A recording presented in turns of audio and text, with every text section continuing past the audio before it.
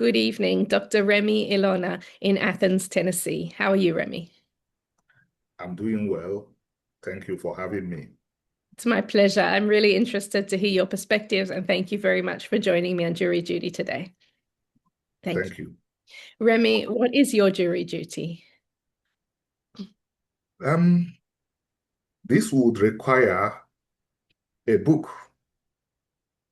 My duty for my own people, whom I would be more comfortable referring to as the people of Israel, Mm-hmm. and the branch of the people of Israel that we know as the Jewish people, Mm-hmm. has have worked non-stop for this group since Mm-hmm. the past 25 years. Wow. And notable people in the community are aware of what I have done. Mm. I've worked nonstop, I repeat, for the Israelite people because I prefer to use the Israelite people to describe the Igbo people Mm-hmm. and since the branch of the family that I know you prefer to go by the identity Jewish people.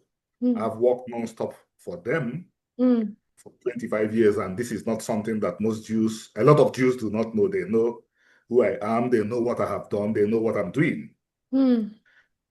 My present projects, I better start from my present projects, Sure. which I started 7 years ago, is to tell the more complete story of the Holocaust. Mm. What I've done regarding the Holocaust, Mm-hmm. nobody has done it in this world, Mm. and the results will come out very soon. Mm-hmm.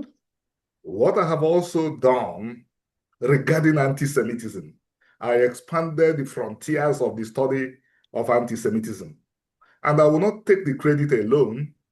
My doctoral degree supervisor, Professor Michael Alexander, Ashkenazi Jew, Mm. will take the credit with me. Mm. Both of us went into the study of the Holocaust, Mm-hmm. and the things we came up with will shake the world when it comes out because it ties into what is happening in the world today. Mm. It ties into what is happening in the world today. The agenda to destroy the people of Israel Mm. did not originate from Nazi Germany. Mm. It originated somewhere else, but it tied into the German project. Mm. And after Nazi Germany collapsed, it did not stop. Mm. Millions of people that were also called Jews were killed. Mm. After the 6 million were killed. And that project to destroy the people of Israel, if you like, you call them the Jewish people. If you like, you call them the Igbo people, like we call ourselves. Mm. The project to exterminate this group is still alive. Mm. And as long as anti-Semitism remains a force, the danger is still with us. Mm. So my present job now, my present duty or jury duty, as you call it, is Mm. to bring the story to light so that a lot of people will realize what is going on. Mm. There is a demographic that is ignorant. They blame the victim. Mm. They blame the victim. Mm. They say the victim is committing genocide. Mm. Why the reality is that the victim is Mm. only trying to survive. Yeah. And the victim in this case, uh, I would prefer to still address each group as they prefer to be addressed. Mm. Uh, the people of Israel uh, and the Jewish people, they are the victims. Mm. So Mm. my present jury duty is what I've just told you. But if we are to go back a few years to other things I have done, Mm. I've expanded the field of the study of the people of Israel. I have written 20 books about the connections of my people to the people of Israel. And in the course of these studies, a Mm. lot of things that are in the archives of the state of Israel came up. Mm. Prior to 1970, my group We were a sub-state then. We were a sub-state in Nigeria. We sheltered Israelis in Nigeria. We and Israel had special relations. We related to Israel as equals. Mm. But when disaster fell on us, from 1966 to 1970, our circumstances went down. Mm-hmm. And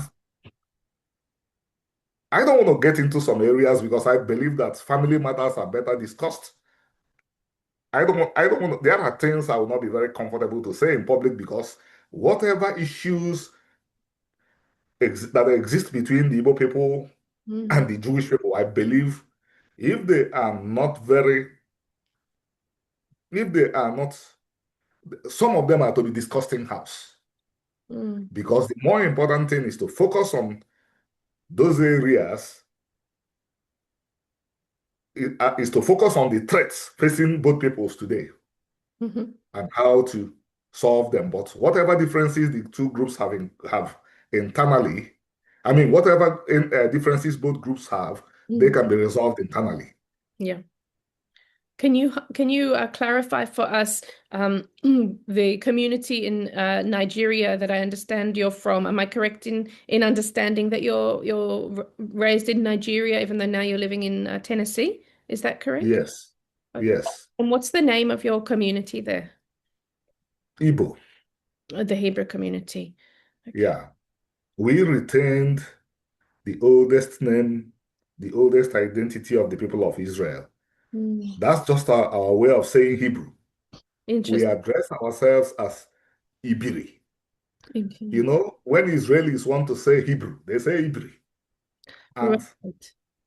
that's what we call ourselves. How do As you? I am, as I am an adult male, I will be called Oke Ibiri.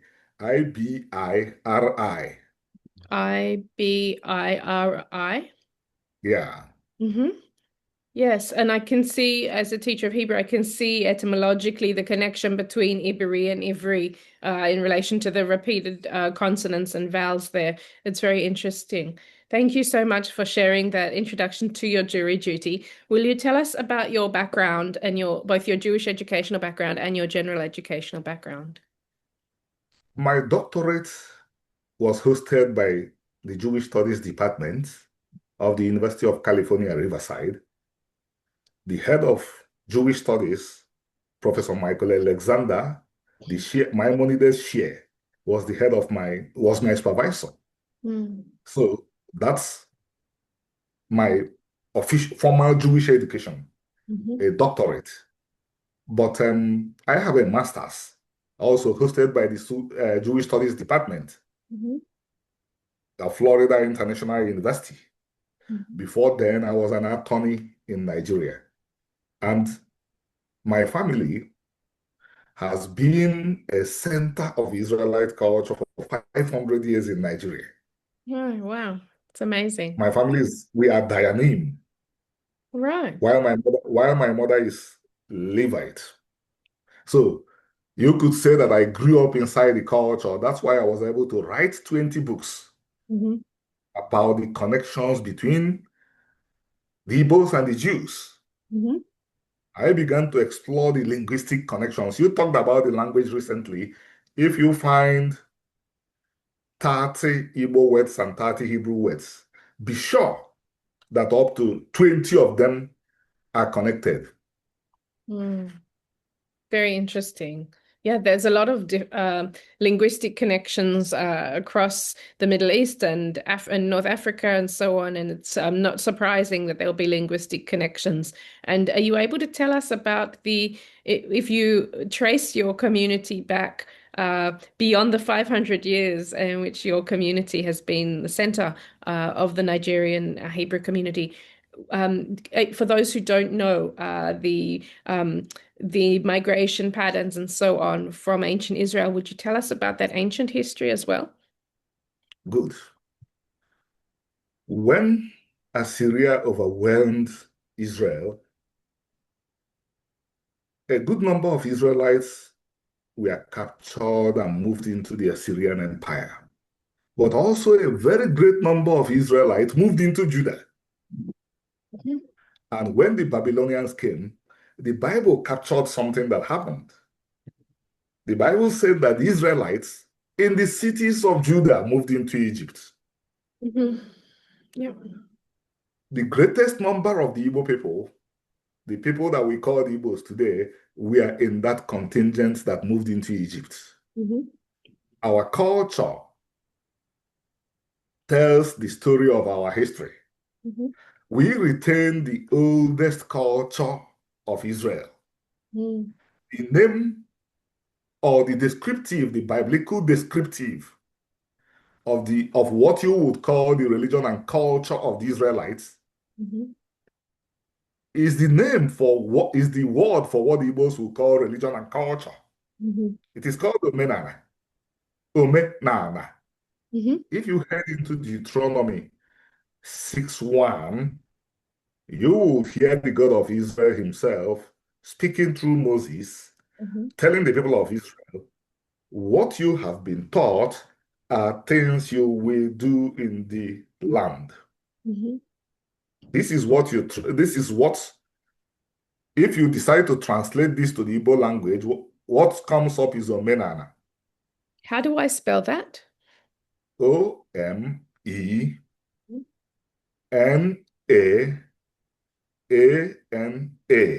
Mm-hmm.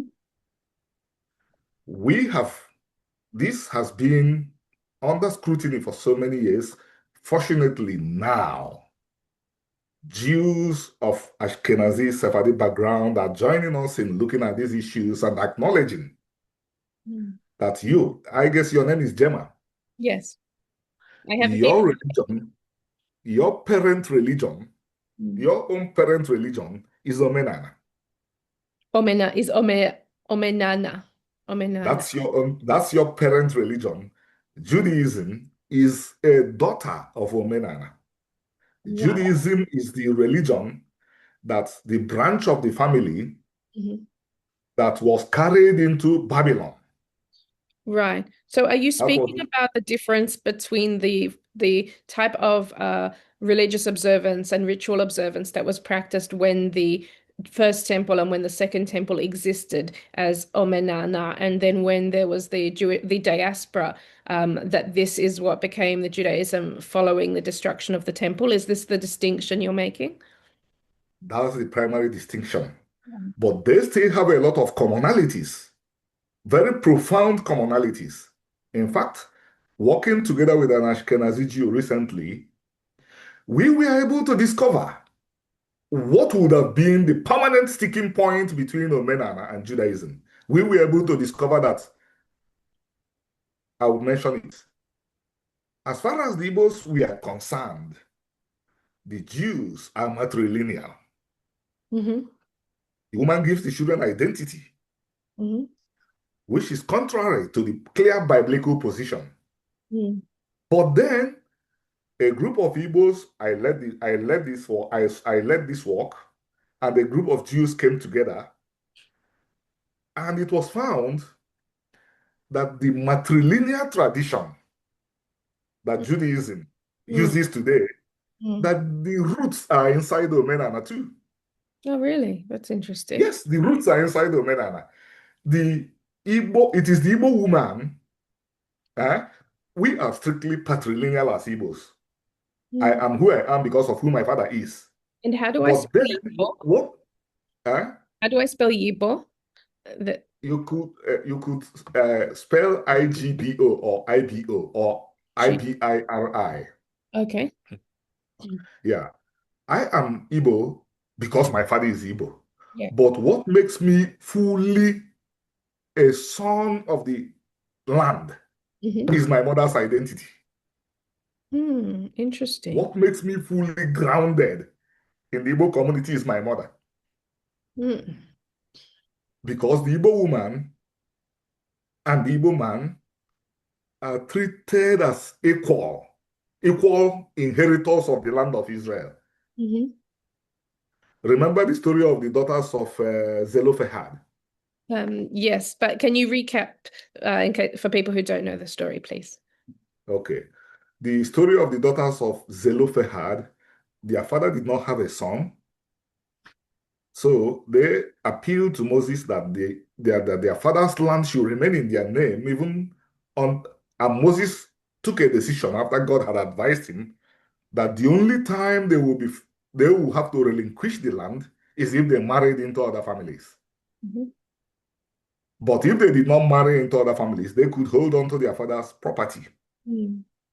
That became very, you will understand it more clearly if you look at this story, if you pass it through the Igbo culture. Because what makes me fully Igbo is my mother's Igbo heritage. I Interesting. am Igbo because my father is Igbo. But what makes me fully grounded as an Igbo is my mother's heritage. And this threw a light into Isaac uh, Mm. became, why Isaac became, why Isaac took the position of the son that inherited the legacy of Abraham.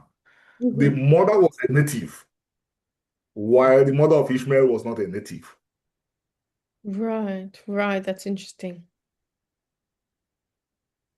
And so, does the patrilineal descent and the matrilineal descent, do they work in harmony with one another and support each other, or is there a lot of conflict uh, through the different approaches? What we ultimately discovered was why the Jews used matrilineality completely Right. and not patrilineality. In other words, we became reconciled to why the Jews used it. You know why? Mm. They lost land. Mm, yeah. Yeah, they lost land. And the woman is land. It was the Ashkenazi Jew, Michael Meir. I don't know how, I've not been able to learn how to pronounce this name. Meir, like in Golda. Meir, How is it pronounced? Huh? Meir, Meir, No, Meir. Meir. Mm. Okay. It was Michael Meir Levi or Halevi that threw so much light on this. He explained that the Igbos were able to keep emphasizing the biblical tradition of patrilineality because when the Igbos were thrown out of the land of Israel, they were able to get an equivalent land. Right, right, right. While in the case of the Jews, they did not have land in their lands of exile, so they simply relied on the women to retain the identity of the children. Uh, that's very So it was a great reconciliation. right. That's very interesting. When you say that the Igbo got an equivalent land, are you speaking about a location within Nigeria or within Egypt? Which is the location you're speaking about? You could say Nigeria, but Nigeria is a very new country, Mhm. less than 100 years old. We were sovereign in Nigeria for 1,200 years before the British came, conquered us, committed cultural genocide against us, then converted us into a province of the British Empire and ultimately created Nigeria out of 400 different nations. Yeah. And the Igbo suffered genocide there between 1966 and 1970. Yeah. Sorry to hear that. I apologize for my ignorance of not knowing very much about Nigerian history. It's something I need to learn more about.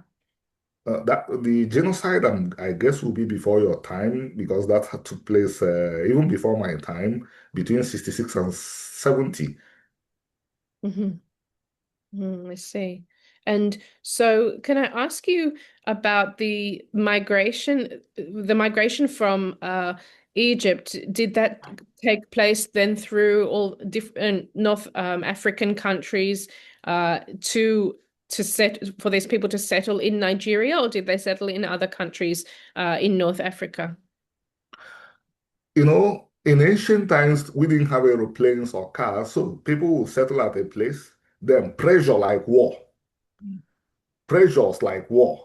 Yeah. will be push them down, they will move to other locations, and ultimately we continue to trundle down until we settled on a very beautiful piece of land on the banks of the Niger. We have books written 450 years ago, 500 years ago, by European explorers who wrote that they saw people on the banks of the Niger who boasted that they were children of Abraham. Right. And Interesting. migrations did not stop.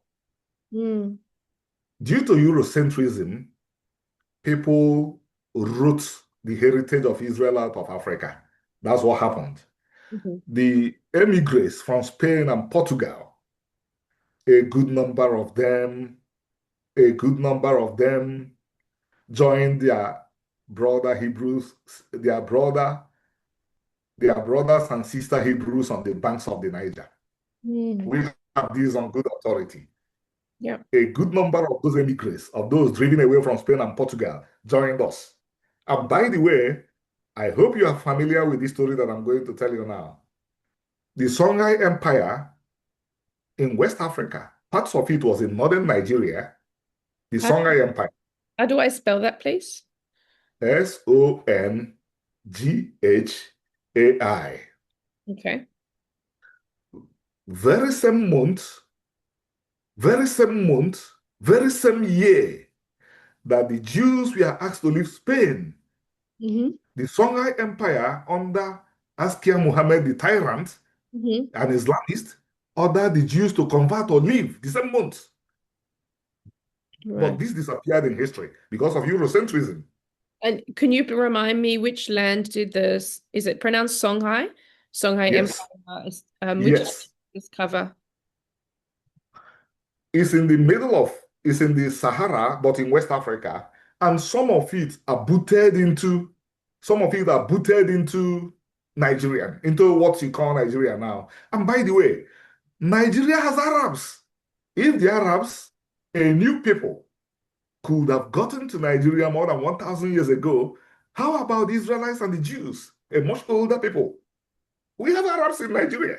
I mean, it makes complete sense what you're saying in relation to the geographic proximity to the ancient land of Israel and the fact that we know that there is ancient Jewish history across the Middle East, across North Africa. From a historic point of view, looking at ancient history, it does make sense what you're saying, that it would be logical that these migration patterns would have taken place. And it's very interesting from a religious point of view, what you highlight about patrilineal and matrilineal descent. I'm wondering if you could, just as an aside, remind us of when, if you know, when did Orthodox Judaism, from, for example, an Ashkenazi point of view, when did the switch take place from patrilineal to matrilineal descent? Was it with the destruction of the Second Temple, or did it come later? It will be gradual. This change will be gradual. Right. Yeah, this change will be gradual. It's not something that's likely happened overnight. As the people lost more and more control over their circumstances, as people determined to survive, at a stage it must have occurred to them, we are sure of the women, we are not sure of the men. Yeah. So why don't we simply rely on who they say are our children?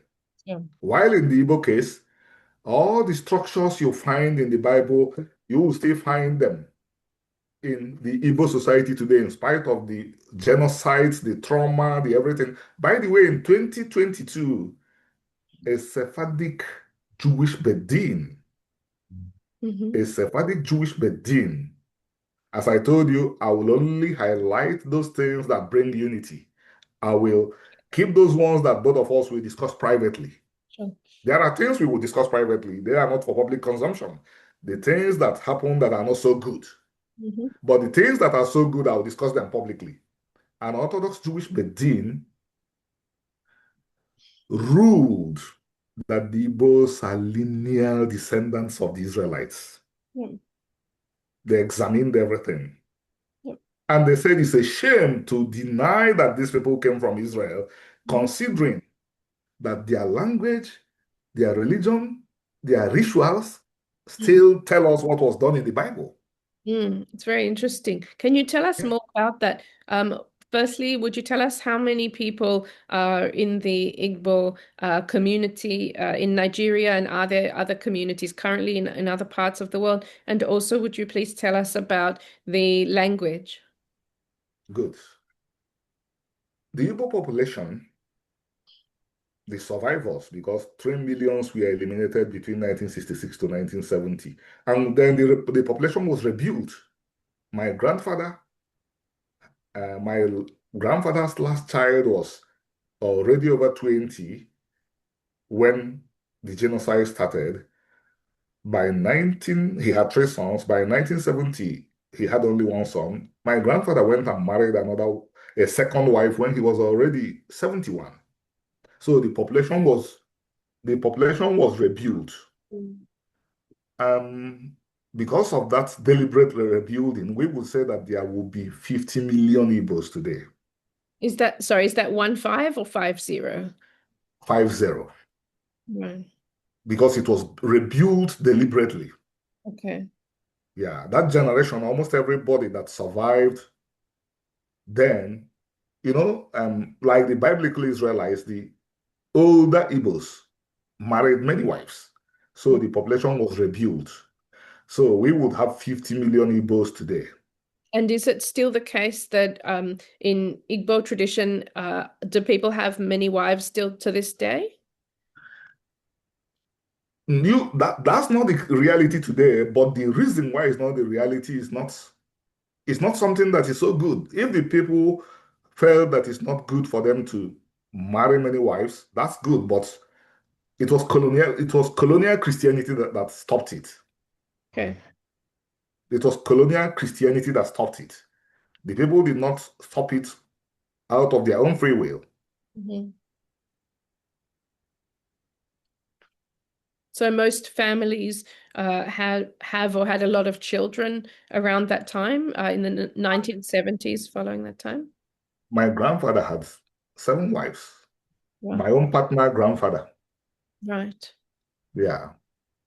And As is that as also the Hebrews. is that Huh? is that tradition of polygamy, is that also traced back to biblical origins within the Igbo people? The answer is 100%. Mm. The compound of, the compound of Abraham, Bethuel, the way Abraham's compound was constructed, the way the compound of Bethuel, the father of Rebecca, was constructed, is the way the Igbo household is constructed. Mhm. It's there in the Bible. It's It's interesting. there in the Bible. Hmm. It's what I'm saying is that the oral traditions, even the architecture shows you that it was purely Israelite. Mm-hmm. And I will tell you, it will lead us into a little bit of theology now. Sure. As at when the Europeans came to West Africa, they wrote that while they saw prostitution Hmm. everywhere else in West Africa, they did not see that the Igbos did not have a notion Hmm. of prostitution. Why? Why did they not have prostitution? Do you attribute this to the practice of polygamy? Including the levirate marriage. Mhm. Including the levirate marriage. I'm not sure. You are not sure? No.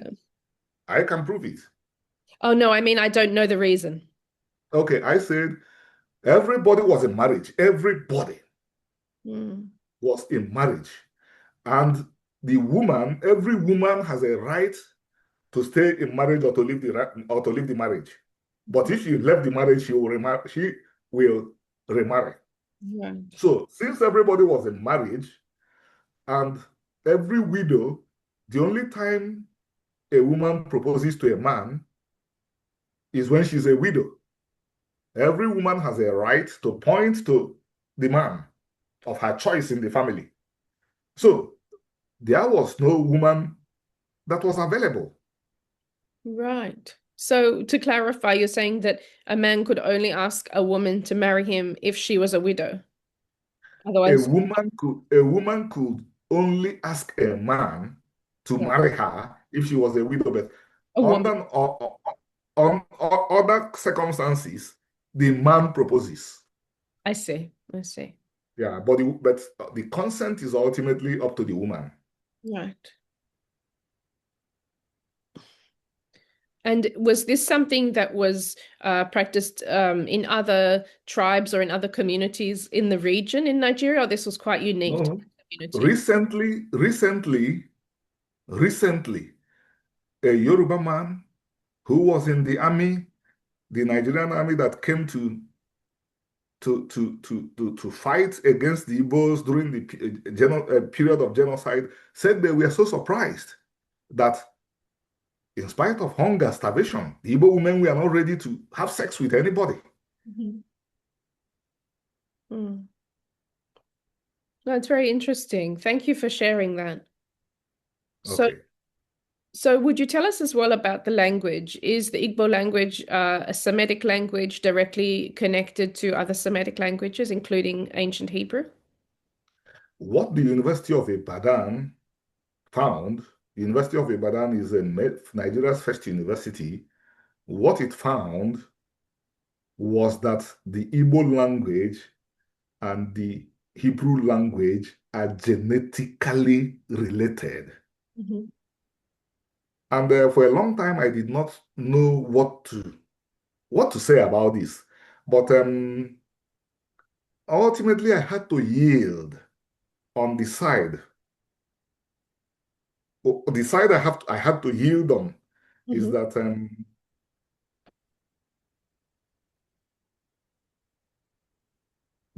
the language called Igbo language today is the remnant of that language that Moses, Aaron, David is Mm. the remnant of that language they spoke. Mhm. That is just the only way for me to look at it. Mhm. Yeah. If we want to build up that language that is called Biblical Hebrew, Mhm. huh? The language we will use to build it up is the language we call the Igbo language. That is just Right. what I believe is the most credible way to look at it. Interesting. And what about the script? Is it written with ancient Hebrew or Hebrew letters? The scripts were lost, but it's a living language. It's a language that people have never stopped using. For example, even the Hebrew words, they're still there. Mhm. Like, you know Hebrew? Yeah. Okay, what is Jerusalem in Hebrew? Yerushalayim. There is something else again. Yerusha. Should I? Heritage, Huh? etymologically, there's different ways of looking at it. It could be Yerusha, meaning heritage. The W mem suffix ending often connotes a double of something. It's so I there are spiritual interpretations in relation to spiritual and physical heritage of the Jewish people. Okay, can it also be called Urushalem? Yes, I've heard it referred to Okay. as well. You know where I was born? Hmm. I was born in Uru Okwe, in Igbo land. My Oh, father was born also in Uru Okwe, in Igbo land. You know what Uru means? um, yeah, is Place. that to do, right. I thought it was to do with heritage. It's like an inheritance. Place. Place. Place. Can you tell me Same how thing to in it. spell that in your language? Where you born? You are you. You are you. Yeah, are you? And the full You name are of the you. place where you were born? Okwe. OKWE. So we have hundreds of Uru all over Igbo land. Mm. Uru. And what do you call light in Hebrew? Or Or Urim? yeah, Urim, yep. Urim. Okay. Light in Igbo is Urimu. Mm, yep. It's Yeah. the same. The same. Okay. And then young cub of big cat, cub of cats. Hmm. Um, Well, I'm only thinking like a regular cat, but that's khato, that's not the same thing. Um, a cub of a cat. I don't know actually. Go, go. Gurion, like in Oh, Gurion. oh, like a lion, like a lion. Okay. And the Igbo word for the big cats is agu. Agu, right. I recently wrote a book. I wrote a book comparing the two languages. I know you will be better than with the computer than me. Can you go to Barnes and Noble and pull up my name? I'll do my best. Yeah, I know definitely you are better. I'm sure you are better with the computer than myself. I Just don't go know. to Barnes and Noble, pull up my name. Okay.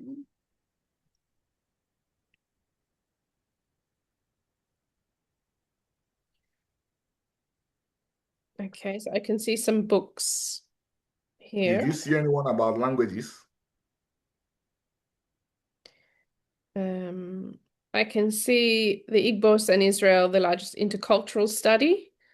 Is this the one that you're speaking about? No. You'll find about 4 or 5 books on Barnes and Noble, Oh, the here we Igbo and go. Hebrew The Igbo and languages. Hebrew languages, siblings, Semitic or Kwa languages. Yes. Very interesting. I'd be interested to read that. That sounds fascinating. Because, of course, You'll any be language also adapts over time to its region and to have dialects and so on. So the Kwa language is that a language that's native to the region where the Igbo live in Nigeria. No, some people simply decided to group some languages they believe they found there together and call them the Kwa languages. Right, But those languages don't have any relationship with Igbo language. They are right. completely different from the Igbo language. So, due to Eurocentrism, Hebrew is classified as Semitic, and the closest language to Hebrew, Igbo, is classified as a Kwa language. So my point there is if Igbo is Kwa, Hebrew is Kwa too. Because as far as I know, the closest language to Hebrew language, in fact, in this study you are looking at here, I made a very strong case for Yiddish and Ladino. Yep. I cited Israeli scholars who believe that Yiddish and Ladino are purely European languages that they have nothing to do with Semitics. But I succeeded in proving that this Yiddish and the Igbos are correlated, and the Igbo are correlated too. Yeah, yeah, they would be. Sure. Okay. What does the word Kwa actually mean? No, it has no meaning in Igbo. It's simply I think it's named after a river. Okay. So what they did was they saw languages in that part of the world. Igbo is one of them, or they saw people. And then they said, since these people are in this part of the world, let us give their name, their language, one category. Right. Uh, but why these languages, like the cultures of the people, have nothing to do, are not in any way similar to, Sure. our language, our It's worldview. right. Can I ask you about the current ritual practices and religious practices of the Igbo people in Nigeria? Is it a homogeneous, unified way of practicing their traditions and the religion, or is it very diverse? It is Omenana. Everybody, there may be little divergences here and there because people copy things and people drop things, but everybody that identify themselves as Igbo, huh, live by Omenana. Mhm. No Igbo has ever said that their religion and culture is not Omenana. Right. But as I said, people travel. An Igbo that lives in China may incorporate some Chinese traditions into what he does, Of course. but the primary culture is still the same. Like the marriage. Yes. The marriage is just the Hebrew marriage. Hmm. Even even the biblical descriptive of the Hebrew marriage is the Igbo word for marriage. Hmm. Yep. What the Bible understands, what the writers of the Bible understand marriage to mean, Hmm. is what the Igbos call marriage. And they didn't necessarily know this until they saw it in my research. Mm. Interesting.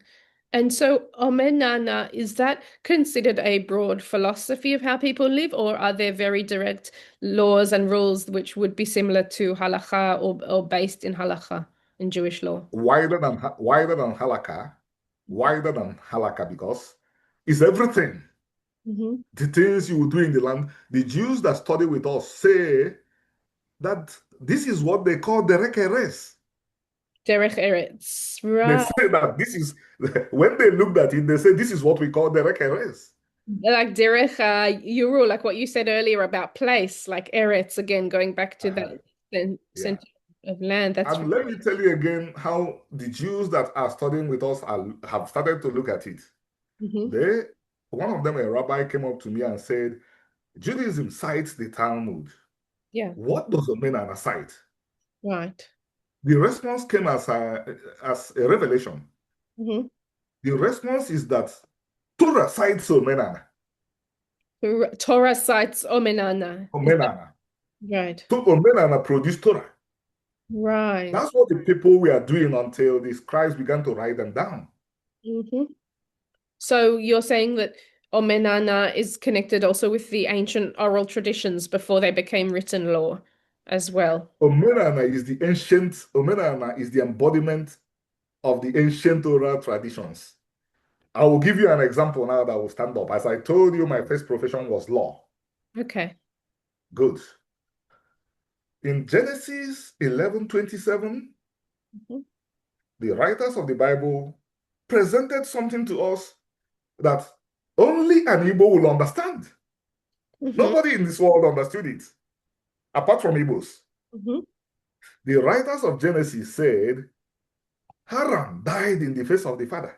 That's the correct translation. No other translation is correct. hmm Haran died in the face of the Father. I went to my university library, brought out all the translations in this world, all the commentaries. Nobody understood what the writers of the Bible meant, hmm that Haran died in the face of the Father. hmm But an Igbo will understand what that meant. hmm Because when somebody predeceases the Father hmm in the Igbo worldview, the person is said to have nwo n'ihu nna ya. The person died in the face of the Father. mm Right. What Genesis writers said in Hebrew and English is Haran died in the face of the Father. Right. And what the Igbo says, he died in the face of the Father. Why would somebody die in the face of the Father? Good. But then it has serious and profound implications to the Igbos. What happens is, if the son that died in the face of the Father was the first son, his lineage loses the rights of the first son. His lineage will not continue after the death of that father he died before. So the biblical writers may be telling us that Haran was the oldest brother while Abraham was the second. I'm not sure because it's not explicit. Okay. But otherwise, why that notation that Haran died in the face of the father? hmm If Haran was the first son Yeah. after the death of their father Terah, Yeah. he's supposed to be the head of the family. Yeah. He's supposed to be the priest. Yeah. But because he died in the face of the father, the next in line, even though he had children, his son was a Lot. Mm. Even though he had children, his son will not become the head. That is what you find in Omenana. If somebody dies while the father is still alive, that person, even though that person is the first son, his son, if he had a son before Mhm. dying while the father was still alive, his son will not become the head of the family. And it's very important. It's That a, position is extremely important in ancient Israel. Remember, mm, Reuben was by right the head of that family, not Judah, not Levi, nobody. mm. Yeah. It's very interesting. And So yeah. you have to know the Igbo language, know the Igbo culture to understand what the writers of Genesis were saying in that case. Mm. Very interesting. And I don't know if you're comfortable speaking about this, but in relation to the Igbo relationship with the state of Israel, what level or degree of recognition for all of what we've spoken about so far exists in relation to the connection to the Jewish people? As I said, the things I'm very comfortable to share in public are the things that bring happiness. Sure. But where brother has turned against brother, Mm. where sister has turned against sister, Mm. I prefer that it be discussed in-house so Sure. that our enemies who are one, Yeah. so that our enemies, the Igbos are not less victims of anti-Semitism than the Jews. But the Mm. Jews don't know this. The Igbo Jews have not suffered more from anti-Semitism than the Igbos. They Mm. have suffered less, Are but you they able, don't know. are you able to tell us about the history of the Igbos suffering of anti-Semitism? 3 million were killed between 1966 and 1970 for no other reason than they were than they were called Jews. Hmm. They were called dirty Jews and slaughtered. And their history since then has been one long story of persecution. I mean, since before then. So I the issues between the state of Israel and the Igbos, which I say is the state, is also the story between, because however we look at it, the state of Israel represents the Jews. Hmm. Where what has happened does not bring happiness, Mm. I prefer to discuss it in in-house with Jemma. Well, I appreciate your perspective. Thank you. Yes. And But I yeah, value yeah, yeah, yeah, because we have something more important to face, anti-Semitism. yeah, Brothers quarrel, sisters quarrel. yeah. And what do? They mend fences. Mm. Mm. But if they come into the public to start washing their dirty linen in public, their enemies rejoice. Yeah, that's right. Well, speaking of anti-Semitism globally, can I ask you your thoughts and any messages that from your experience in your community and your particular your community's particular history? What guidance or advice could you share with the global Jewish community based on your own experiences? Without wasting more further time. Without wasting further time. The other day, I think you have access to Benjamin Netanyahu. I think you have access to him. What? Sorry, could you repeat it? I think you have access to Benjamin Netanyahu, To the prime, the prime minister of Israel. uh, personally, no, I Too don't. much, too much time has been wasted already. Let the Jewish community reach out to the Igbo community. Right. Let the Jewish community humble themselves and reach out to their brothers and sisters. We have reached out enough to them. Mm. And we don't want some prophecies to come true. A Swiss Israeli anthropologist, Dr. Daniel Lees, a Swiss Israeli anthropologist, Dr. Daniel Lees, you may pull up his book, it's on Amazon. Dr. Daniel Lees, he wrote Jewish identity among the Igbo of Nigeria. Yeah. He wrote, the way we have treated the Igbos, may we not regret it in the future. Mm. Mm. He Right. said, may we not live to regret this. I mean, So everything that you've shared, makes a lot of logical sense, as just as someone who has studied ancient Jewish history and biblical Hebrew. I appreciate what you've shared in terms of the linguistic connections and the connections to the Second Temple period and to oral law. There is a lot that makes complete sense about what you've said. So I appreciate that it's definitely. I have not even told you much. I have not said anything to you because the story is too long. Mm, The I'm story is not too long. It's too long. The only one African of note fought against Hitler, and that was an Igbo. yeah. Only one important African Who fought Hitler.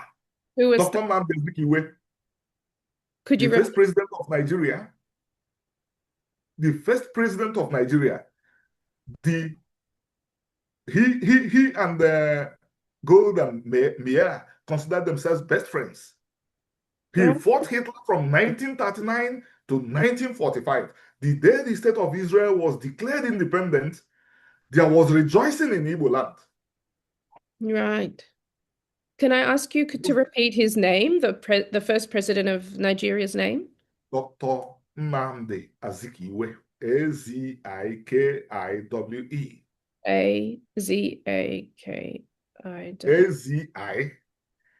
Azikiwe.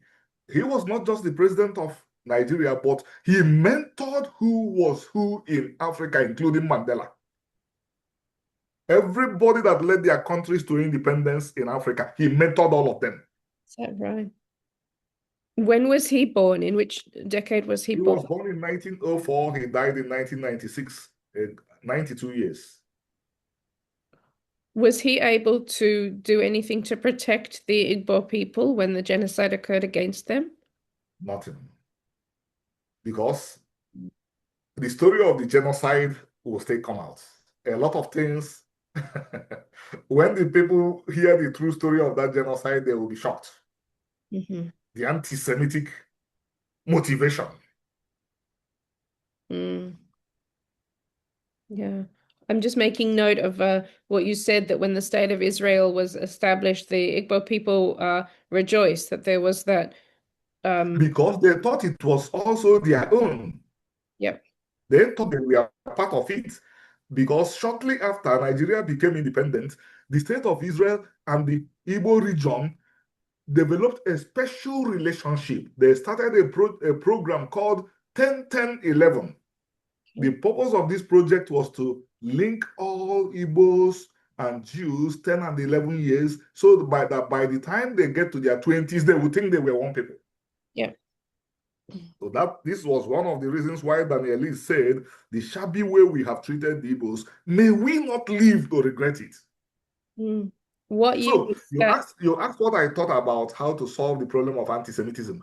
Let these two peoples come together first. Mm-hmm. Interesting. Let them find ways of coming together. This is what I have virtually sacrificed my life for in a disciplined way. I'm not telling Jews you have the exclusive right to recognize the Igbos. You don't have that right. Mm-hmm. We and you have equal rights to recognize ourselves as brothers and sisters. Mm-hmm. Interesting. So Jews don't find me the best person to work with because I'm not one of those that jump up and down. I want to convert to Judaism. I want to convert to Judaism so that I'll go to live in Israel. No, the story is bigger than this. You and us, you have as much rights as the land that God gave us, to the land that God gave us in called Igbo land. I have as much right to the land of Israel. You don't have more rights there than me. That you got there first means nothing. Mm-hmm. And so within the Igbo culture, is there a desire to return to live in the current state of Israel, or is it seen that the connection to the land in Nigeria, where the Igbo people live, is very strong and most people wish to remain there? There is a connection to build up that land of Israel. Igbos built Africa. Igbos built this Africa you are looking at. You can make inquiries. The Igbos are builders, but they were not welcome in Israel. Mm, So to hear they that. won't find their brothers and sisters. They simply said, okay, if they could retain Uru, it shows you they have not forgotten Jerusalem. Yeah. The Right. connection to the land of Israel is strong, but if you are not welcome simply because you are black, what do you do? Right. So, If you are not welcome, and the reason why you are not welcome is because you are considered cushy, rather than wash your dirty linen in public, begin to fight your brothers, you simply let it be. right. But recently, an Israeli friend of mine, Orthodox Jewish, Mm, agreed with me that those that are talking about the Messianic era had better wake up. No Messiah is going to come. There will be no Messianic time mm. until the Igbos and Jews sit down and discuss their future. Interesting. Interesting. It won't happen. You can take my word to the bank. Those that are talking about messianic time, a time of peace, until the Igbos and the Jews sit down Mm. and discuss their past, their present, and their future, they are simply hoping. It's not going to happen. Mm. And It so, won't happen. yeah, yeah, you And mentioned. when I said this, my friend in Israel agreed. I could share the voice message with you if I have your phone. He said, period, it's not going to happen Mm. because he has studied Omenana. And how can a younger brother be telling the older brother, you are not part of us? The Mm. Jews are our younger brothers. Mm. Mm. The And Jews are our younger brothers. I'm curious to ask you in relation to the ritual practices of the Igbo people. Are there similarities in day-to-day practices?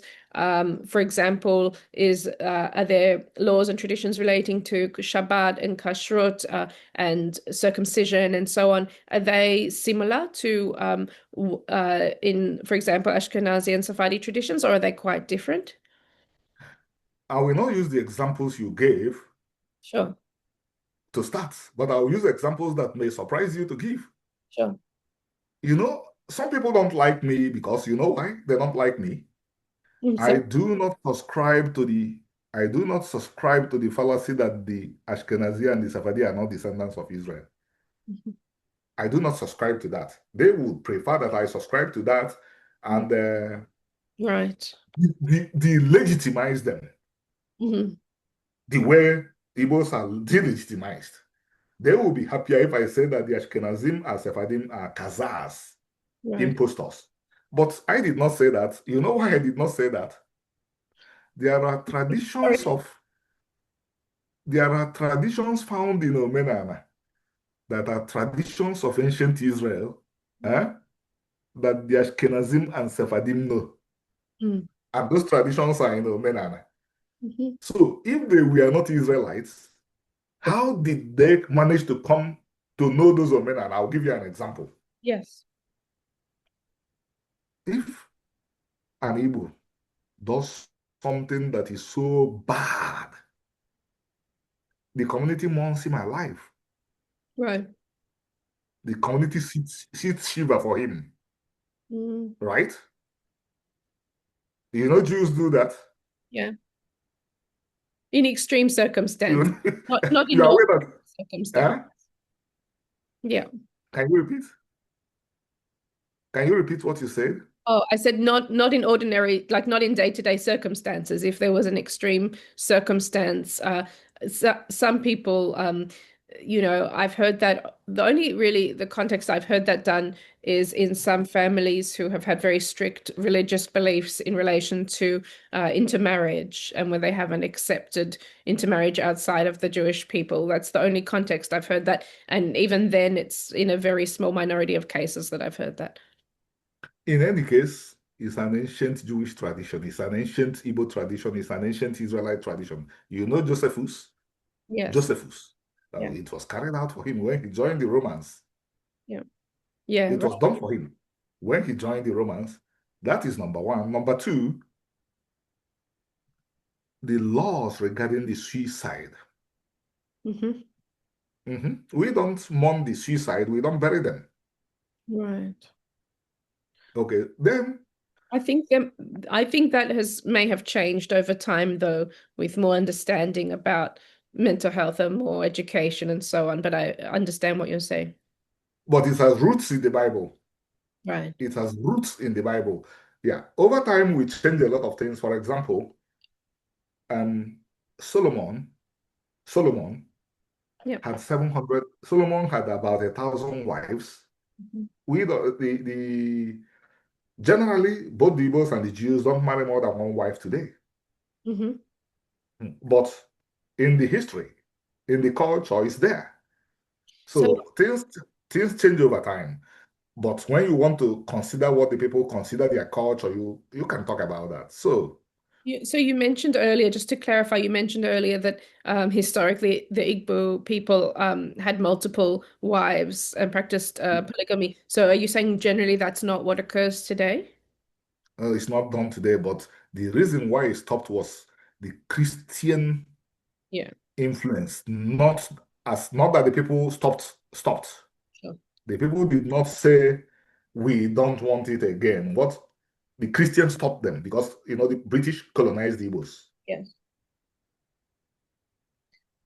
And in relation to that, is English also spoken as primary language because of that British colonialization? English, yes.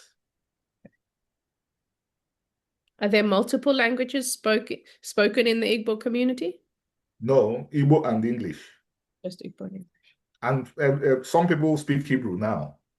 And do people have, like in many Jewish communities around the world, people will have an English name or a name predominant to the cultural language they're in and a Hebrew name. Is it the same with naming?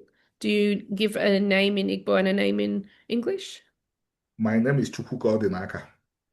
Right. Nice to meet My you. name, my name is Chukwuka Odinaka. Everything is in the hands of God. Right. It's very That's my name. Mhm. interesting. It's you've touched upon a lot of really interesting things, and I think what stands out to me first and foremost is my ignorance about this topic and about the Igbo people. I believe I have heard of the Igbo people previously, and I'm aware of ancient Jewish communities in North Africa and in the Saharan region, but I don't think I've had very much knowledge and education about it at all. And I think it speaks to a broader issue in relation to how we teach and learn about the Jewish people and about connections to people from all different communities who have ancient ties to the Jewish people as they existed in the Torah and in the land of Israel, and how we actually relate to that. And I think without speaking about the challenges in too much detail, I think it's something we've seen with other communities around the world where different communities have turned to the state of Israel or who have turned to other, more widely dispersed Jewish communities sharing their ancient roots. And I think it's a really interesting question of what is that relationship? How is that relationship nurtured? How is there mutual respect? How is the conversation around the challenges and also the opportunities and the beauty and the connection that can bring. So I think you've touched upon some really important things here that certainly cause me to reflect, but also hopefully encourage people to learn more widely about the Jewish people and our ancient history, because there's so much richness to it. And I want to thank you for sharing that with us. Thank you. Thank you. And if you would be comfortable to speak about what's going on at the moment in Israel and with the war, do you have any thoughts on how we can collectively, as Jewish people, as Hebrew people, and our allies around the world, how we can get through this very difficult time? The most I could say is the Jewish people and the children of Israel. You see, I very carefully Yeah. segment this because the Jewish people do not acknowledge that I'm Jewish, even though I know many Igbo people who came from the tribe of Judah. Right. And one thing I will never subscribe to is for the Igbos and the Jews to go into the public and wash their dirty linen in public. So the Jewish people and the children of Israel Mm. have to be steadfast in addition to what I mentioned earlier. Yeah. So much time has already been wasted. The story of the Igbos is different from the story of any other community in the world. There are 50 million Igbos. I don't know why the Jews are blind to the opportunities. Mm. Even if the Igbos will not do anything for them, these are brothers and sisters who have helped them, Mm. whom they know our capacity. So in addition to that, Mm. in addition to these two groups meeting, Mm-hmm. the Jewish people and their allies should continue to say their truth. There are people who have decided to claim that a man is a woman, to lie, Mm. to claim that What is definitely not genocide is genocide. Hmm. The worst thing you will do is to keep quiet. Mm. You have to keep on emphasizing your truth. Mm. Thank you for sharing that. It's very meaningful. And what you mentioned about opportunities is it really hits home. I mean, you mentioned that I think you said it was the first president of Nigeria was Igbo, and that he and Golda Meir had a close relationship. So clearly, Golda Meir understood this historic connection and understood the importance of this alliance. And you mentioned as well that this first president, Dr. Azi Kiwe, did I say that correctly? You said it correctly. Where that he mentored leaders across Africa, including Mandela, and also that the Igbo people have been instrumental in building up countries across Africa. And Yeah. there certainly sounds like a lot of parallels to what we know about uh, Jewish contributions in countries in which we lived in throughout history, both ancient and modern. And it sounds like the question of, focusing on learning about these connections is indeed a really interesting opportunity for the Jewish people and the children of Israel, as you say, to learn from one another and to strengthen each other. And I personally feel that we need to be building alliances and connections across the Jewish world, across children of Israel, people with that we can see clear linguistic and ancient historic connections. And also, it helps to reflect on one's own culture and religious practices when you understand more about the history that you can learn from others. So I think it's also an opportunity to learn about oneself through this. So I'm very interested in this, and I appreciate you sharing it with us today. Henry Kissinger was Jewish. You are aware of this? Okay. You know what he called Igbos in 1969 during the genocide when 10,000 Igbos were murdered every day? You know what he wrote about the Igbos? Mhm. The Igbos are the wandering Jews of West Africa. Right. The Igbos are the wandering Jews of West Africa, westernized, progressive, westernized, Mhm. progressive. We built, an Israeli friend of mine regretted that Israel forgot yesterday. He regretted that Israel forgot yesterday Mm.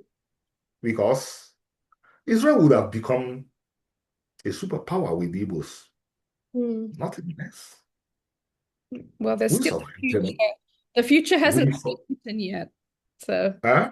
the future has not been written yet. So Okay.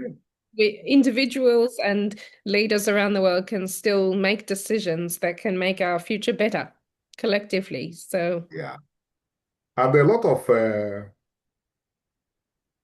I'm happy that you kept mentioning that you will study this, that you will study that, because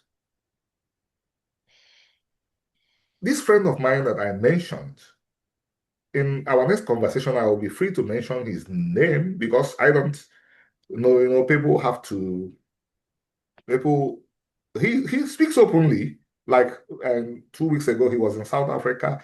He, com he spoke about how the state of Israel did not accommodate the Igbos. But mhm, when I wanted to report it, I toned down the language because I'm older than him, much older. He's like a son to me. So what I do is, as I've told you repeatedly, those things that are not so good to the ears, I try to play them down. Mm. mm, He asked one question to me once. He said, why is it only the Ashkenazi and the Igbo that people deny their Israelite heritage? mm, Maybe you are not aware that people say that the Ashkenazim did not come from Israel. mm. You are not aware?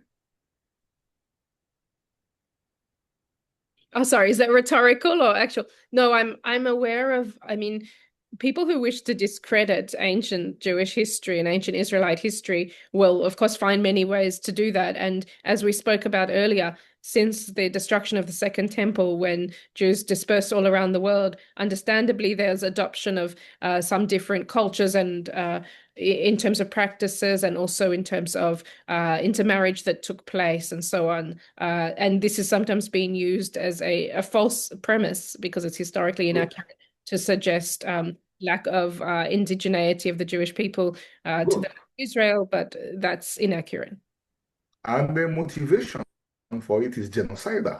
Yeah, yeah. The motivation for for that denial is genocidal. So this friend of mine, American, born American, but did Aliyah, Ashkenazi father, Mhm. his question, rhetorical question is that Jews more than Igbos, because who have worked harder for the rapprochement are the Igbos. We have worked harder than the Jews have worked because the Jews at present feel that the present circumstances favor them. White, European. So while the Igbos have done more to approach, they have done more to distance themselves. So this guy was asking that Jews should think, Mm. why are these people that deny deny only the Igbos and the Ashkenazi? He wanted to know from me. I said, obviously, because these are the two strongest, Mhm. the two largest and the two strongest. If you cut them off, the nation of Israel dies. Right. So this, your original to me is one of the greatest things that has happened to me this year because what have they not done to lie that the Igbos did not come from Israel? What kind of lies don't exist in this world? Mm. Mm. Can I ask you, we know that, for example, Ethiopian Jews have been settled into Israel, and we know that there are communities around the world, including from Africa, that have been accepted within halachic Orthodox Judaism and have the right of return to Israel. Are there any key significant differences if you're looking at other peoples, for example, from Africa, who also are able to have these linguistic and cultural connections to show that connection? Are there any key differences that you think are impacting this current position? The only groups that have been accepted from Africa are the Ethiopians and the white South Africans and the Jews in Morocco, Tunisia, and Algeria. In Egypt as well. These are white people, Caucasians. And then the South Africans are white. The Ethiopians are semi-white. And you know the story of the Ethiopians. You know the pressure the Americans brought to bear on their return. Uh, Mm. I don't know yeah. that. No. Just to So clarify, I was actually just speaking with someone who's of Egyptian Jewish heritage, and I understand that that's a very multicultural and multilingual community. There were Karaite Jews, Sfaradim, and Ashkenazim, all in Egypt over I understand over d different decades and centuries. mhm. So but then the case of the Igbos is a totally different case. This is a nation that just lost its sovereignty, still functioning as a nation. There are, if I'm right, there are over 10,000 Igbo medical doctors in America. Right. When you There say are over, lost its sovereignty, can you clarify what you mean? Sorry. the British, the British took away our sovereignty and enclosed us in Nigeria. Yeah, the British took away our sovereignty, turned us into Nigerians, but we are still basically a nation And with a lot of. if I was to Huh? look at a map of Nigeria, in which part of Nigeria mostly do the Igbo people reside, or is it across Nigeria? You mean our ancestral homeland? Because Yeah. yeah, you in this very, very southeast of Nigeria. Because how many Igbos are still there now? Maybe just 20 million. The Igbo diaspora is bigger than the Jewish diaspora many times. The Igbos are scattered to more countries in the world than the Jews. If you find that black man in China owning a store, is you are definitely you are seeing an Igbo person. If you find that African in Japan owning a store, you are looking at an Igbo man. If you find, we have stores in Egypt, we have stores in Dubai. We make automobiles. We Right. make automobiles in Igbo land. Hmm. So 30 million have left. And we pray for this 30 million to return one day. They could go home every now and then, but once you leave home, it's very difficult to return. Mm. Mm. It's very interesting. I'm learning a lot from speaking with you, and I want to thank you very much for educating me about the Igbo people and about the diaspora, and also about where in Nigeria they are, as well as so much of the ancient and modern history. I have a feeling we could continue to discuss this at much length, and there is much more to discuss, and I'd be happy to continue the conversation. But for the sake of today's conversation, I'm wondering if we could conclude with a message of support that you would like to share for the Igbo people, for the children of Israel, for the Jewish people, as ever you feel comfortable, and for our allies around the world at this time. Okay, I will present it as a prayer. God of our ancestors, this young lady is doing an awesome thing. She has reached out to listen to the stories of her own brothers and sisters. Just as I have spent 20 years of my life or more listening to the stories of our brothers and sisters. So she has joined the group of people who are rebuilding the nation of Israel. Empower her. Give her the grace to continue to do what she's doing because it requires strength. And keep your children, keep your people, the people of Israel, whether they are called Igbos, whether they are called Jews, give them strength. Support the good people around the world that have refused to yield to lies. Support those people that still stand by these beleaguered people. These people that have known only persecution, oppression, genocide, and anti-Semitism throughout their history. God, keep these people of Israel alive. You know they are important in your plan for the redemption of all humanity. May we say amen. Amen. Oh, Remy, thank you so much. I'm deeply moved by your prayer. I really am very, very touched by the very meaningful words you shared. Thank you so much Thank you. for your intention and your words. And you referred to that for over 20 years, you have dedicated your life to teaching and learning about the Igbo people and building connections to the Jewish people. And I want to thank you very, very much for your jury duty. I think it's absolutely fascinating and imperative that we learn more about this. And I'm happy to include links to your writing in our video description so people can research more. And I hope we can have another conversation, if not many more conversations, so that I can continue to learn from you. Remy Ilona in Athens, Tennessee. Thank you so much for your time today. Thank you. Thank God you. bless you. Thank you. God bless you as well. Thank you, Remy. Bye bye. Bye bye.